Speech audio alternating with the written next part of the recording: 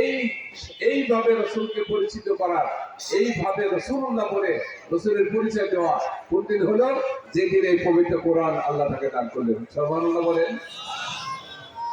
ঠিক মনে রাখেন, এই পবিত্র কোরআন যখন আপনার সন্তান, ও মা, কোন মার সন্তান এখানে পবিত্র কোরআন নিয়েছে আমি জানি না, আপনার সন্তান, ও বাবা, আপনার সন্তান যারা এই পবিত্র কোরআনের সবক নিতেছে এখন এই মুহূর্তে, এতদিন পর্যন্ত এই সন্তানের পরিচয় ছিল আপনাদের সাথে, এই কোরআনের কারণে আপনাদের সন্তান পরিচয় হবে আউলিয়া আল্লাহ, এরা সবাই আল্লাহর ওলি।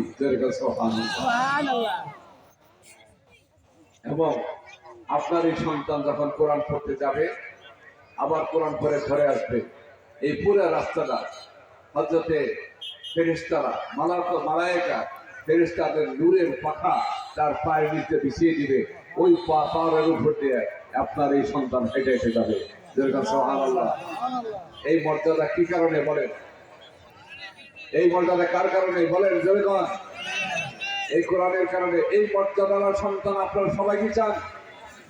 সবার ঘরে গিয়ে এরকম ইজ্জতদার সন্তান সবাই চান? আল্লাহ আমাদের সবাইকে কবুল করুন, বলেন আমিন। প্রত্যেকেই তার সন্তান, ভাই, বোন, নিজের আপনজন যত আছে সকলকে কোরআনওয়ালা বানাবেন ইনশাআল্লাহ। এরপরে আপনি যদি অন্য কোনো পড়ালেখা করতে চান সুযোগ আছে, কিন্তু পবিত্র কোরআন পড়ায় দিয়ে এই সন্তান দুর্নীতিবাজ হবে না, এই সন্তান ডাকাত হবে না, এই কোরআনওয়ালা চোর হবে না, এই কোরআনওয়ালা রাষ্ট্রীয় সম্পদের মধ্যে সন্ত্রাসী কার্যকলাপ করবে না, দুর্নীতি করবে না। এই সন্তান মা বাবার সাথে বেয়াদবি করবে না। এই সন্তান খাবে আর মা বাবা না খায় আত্মনাদ করবে, এরকম পাঠানদের এই সন্তান হবে না। এই সন্তান আপনাদেরকে বুকে দাঁড় জড়ায় রাখবে, না খায়ে হলেও আপনাদেরকে খাওয়ায় আপনাদেরকে পালবে এই কোরআনের বরকতে। কথা বলবেন ঠিক কিনা? জোরে বলেন। আপনাদের কাছে আমি একটা কথা বলি, আমার দেশে অনেকগুলো জেলখানা আছে, আছে কিনা? প্রত্যেক জেলায় জেলায় একটা করে জেলখানা আছে, কেন্দ্রীয় জেলখানাও আছে। আপনারা একটা জেলখানায় যাবেন, যাওয়ার পরে সমস্ত কয়েদিকে খুঁজবেন, এই হাজার হাজার কয়েদির মধ্যে একটা ছেলেকে যদি আপনারা বাছাই করে দিতে পারেন, আমি সেই দিন থেকে আলোচনা করব না। সেটা কি? যে একজন আলেম মানুষ, সে চুরি করে, ডাকাতি করে, সন্ত্রাসী করে, দুর্নীতি করে জেলখানে আসছে, দেখাতে পারবেন? আপনার কথা শুনছেন? বলেন, কথা বলেন, শুনছেন? বুঝলি, এমন একজন হাফেজ আলেমের কথা বলতে পারবেন যে সে নারীর ইজ্জত নষ্ট করে, জিনা করে, ব্যভিচার করে জেলখানে আসছে?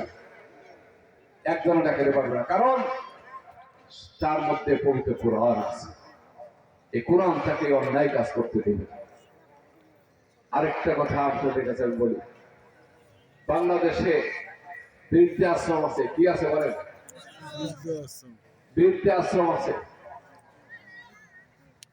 সেখানে আমি আমার কাছে যতটুকু খবর আছে, আমি যতটুকু খবর নিতে পারছি,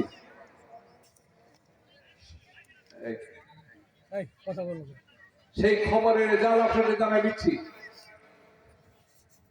সবচেয়ে ধনী, টাকা পয়সাওয়ালা, বড় শিক্ষিত, শিক্ষায় শিক্ষিত, দুনিয়ার অনেক বড় বড় শিক্ষিত, দুনিয়ার অনেক বড় বড় ধন ভান্ডারের মালিক, তাদের তাদের তাদের সন্তানেরা, ওই শিক্ষিতরা আজকে তার মা বাবাকে বিরুদ্ধে আশ্রয় রাখছে। কথা ঠিক কিনা করে কর। একজন ফ্যাক্টরিতে শ্রমজীবী করে, সারাদিন পরিশ্রম করে, ছোট্ট একটা দুধের রুম ভাড়া নিয়ে থাকে, অপেক্ষায় থাকে কবে আসবে আমার মা, কবে আসবে আমার বাবা। কথা বল ঠিক কিনা? তাদেরকে কলিজা বলে খেদমত করে, একই রুমের দরকার বসত তাকে মা বাবাকে চোখ খাটের উপরে রাখে, নিজেরা নিচে ফ্লোরে বিছানা ঘুমায়। কথা বল ঠিক কিনা? কিন্তু আজকে বড় বড় শিক্ষিত, বড় বড় টাকার ভান্ডারের মালিক যারা, তাদের মা বাবার ভাত তাদের বাড়িতে জুটে না। কথা কন ঠিক কিনা? ওই ধরনের মা বাবার, ওই ধরনের শিক্ষিতদের মা বাবা আজকে বৃদ্ধাশ্রমে। কোন কোরআনে হাফেজের বাবাকে আপনি খুঁজে বের করেন? কোন আলেমের বাবা বৃদ্ধাশ্রমে? আমি চ্যালেঞ্জ করতে পারি, কোন আলেমের বাবা, কোন হাফেজের কোরআনের বাবা বৃদ্ধাশ্রমে যেতে পারে না। তার মধ্যে কি আছে? কোরআন আছে। সে কোরআন পড়ে জানে যে আমার মা বাবার মর্যাদা কত। জীবন দিয়ে হলেও তার মা বাবাকে বুকে ধরে রাখবে, বৃদ্ধাশ্রমে পাঠাবে না। কথা কন ঠিক কিনা কন?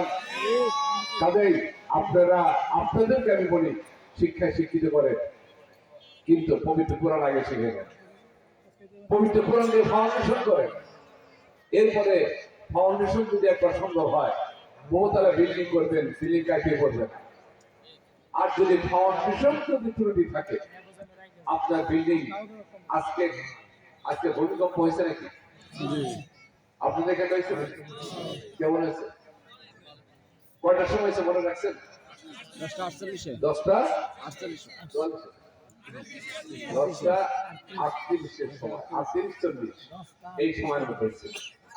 কোন ঘড়িতে 38, কোন ঘড়িতে 40 বাজছে।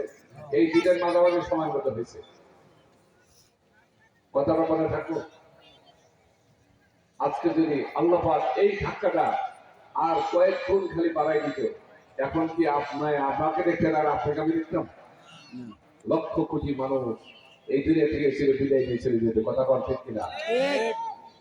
আমি আপনাদের একটা কথা বলি, আমার দেশের মানুষ গুণা করে না, তারা অসংখ্য গুণা আমার দেশের মানুষ করে, আমরা করি, কিন্তু এই বাংলাদেশের পাপের কোনো শেষ নেই।